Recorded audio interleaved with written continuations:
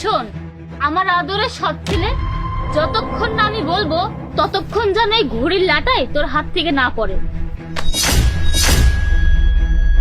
আরে দারুণ মজা হচ্ছে তো। এই চুপচাপ নাটাই নিয়ে দাঁড়িয়ে থাক। ঠিক আছে মা, তুমি যেমন বলবে আমি তেমনই করব। আচ্ছা ঠিক আছে, আমি যতক্ষণ না বলবো এখান থেকে সরার চেষ্টাও করবি না। আচ্ছা বেবি, এবার আমরা মজা করে ঘুড়ি উড়াতে পারবো, আমাদের আর কেউ বিরক্ত করবে না। আচ্ছা, আমরা যে এগুলো করছি, ওর বাবা যদি এখন চলে আসে তখন কি হবে? আরে তুমি এত টেনশন কেন করছো? সকালে ওর বাবার সাথে আমার কথা হয়েছে। প্রথমত আসার কথা ছিলই, কিন্তু 15ই আগস্টের জন্য ছুটিটা ক্যান্সেল হয়ে গেছে। এবার তো একেবারে সামনের মাসে আসবে, তাই তুমি টেনশন না করে আসো, আমরা দুজনে মিলে ঘুরিয়ে উড়াই। আচ্ছা ঠিক আছে, যতদিন না ওর বাবা আসে ততদিনের সুযোগ নেই।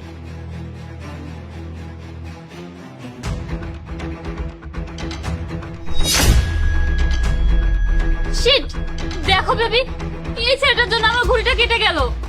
তোকে একটা কাজ দিয়েছি, তাও তো ঠিক মতো করতে পারলি না। আহ! উহ!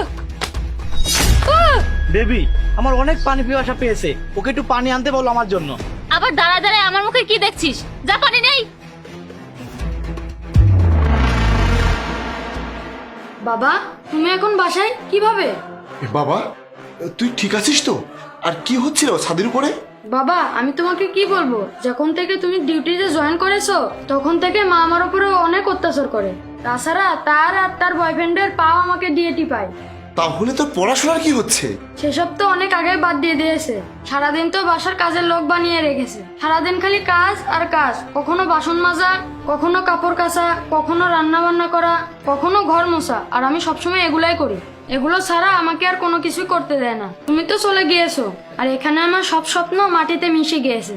তোর সাথে এতদিন ধরে এত অত্যাচার হচ্ছে, তুই আমাকে আগে কেন জানাসনি? কিভাবে জানাতাম আমি? আমার তো ফোন নাই, আমাকে কোথাও যেতে দেয় না, আর আমার বন্ধুদের বাড়িতে আসতে দেয় না। আমার সবার সাথে যোগাযোগ বন্ধ করে দিয়েছে এরা। আমি কারোর সাথে কথা বলতে পারি না, শুধু বাড়িতে এক কর্নারে পড়ে থাকি। তুই আর কোনো চিন্তা করিস না বাবা, আমি চলে এসেছি। এখন আর তোকে কেউ ছুতেও পারবে না। তুই আমার সাথে চল, আমি ওদেরকে দেখাচ্ছি। এদিকে আয়। আরে ও এখনো পানি নিয়ে আসে না কেন? চলো তো গিয়ে দেখি। ওই দেখো, ওকে পানি আনতে বলেছিলাম আর ও এখানে বসে বসে আরাম করছে। এটা তো এখনই মজা দেখাচ্ছি।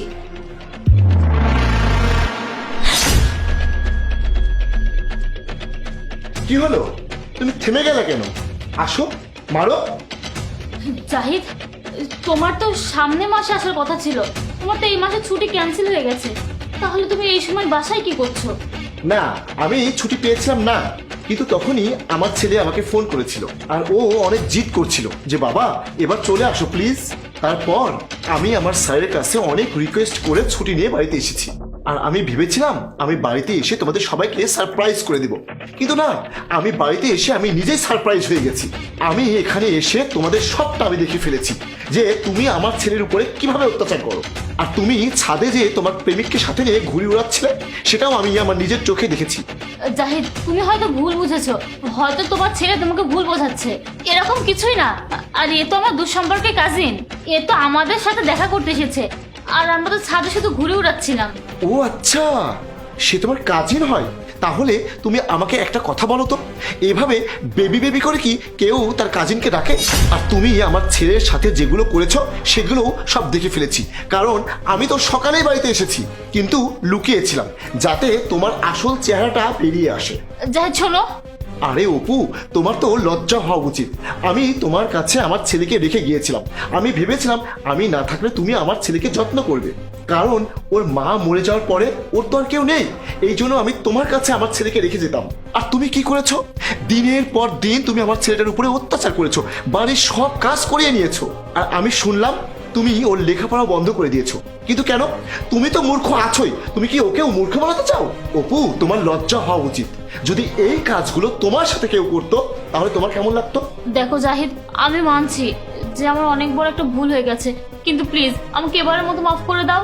এরপর থেকে এরকম ভুল আমি আর কখনোই করব না, আর আমি এর সাথে যোগাযোগ রাখবো না। দেখো জাহিদ, আমি তোমার পায়ে ধরছি। থামো, এসব নাটক বন্ধ করো। এসব নাটক করে না কোনো লাভ নেই। আজকে যদি আমি তোমাকে মাফ করে দিই তাহলে তোমার ভুলের জন্য তোমার সাহসটা আরো বেড়ে যাবে।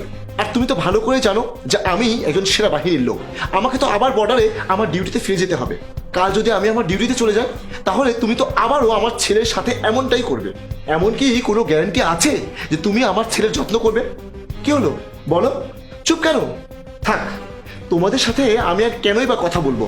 তোমাদের সাথে তো একেবারে আইনের দ্বারে যেয়ে কথা হবে। যাও, চলে যাও এখান থেকে এখন। জাহিদ, আমার কথা তো শোনো। আমি তোমাকে কি বললাম তুমি কি শুনতে পাওনি? আমি তোমাকে অনেকটা ভালোবাসতাম, তাই তোমার সাথে এখন পর্যন্ত সম্মানের সাথে কথা বলছি। তোমার গায়ে হাত তোলার আগে তুমি এখান থেকে চলে যাও। শোনো না। আমি বলছি চলে যাও এখান থেকে।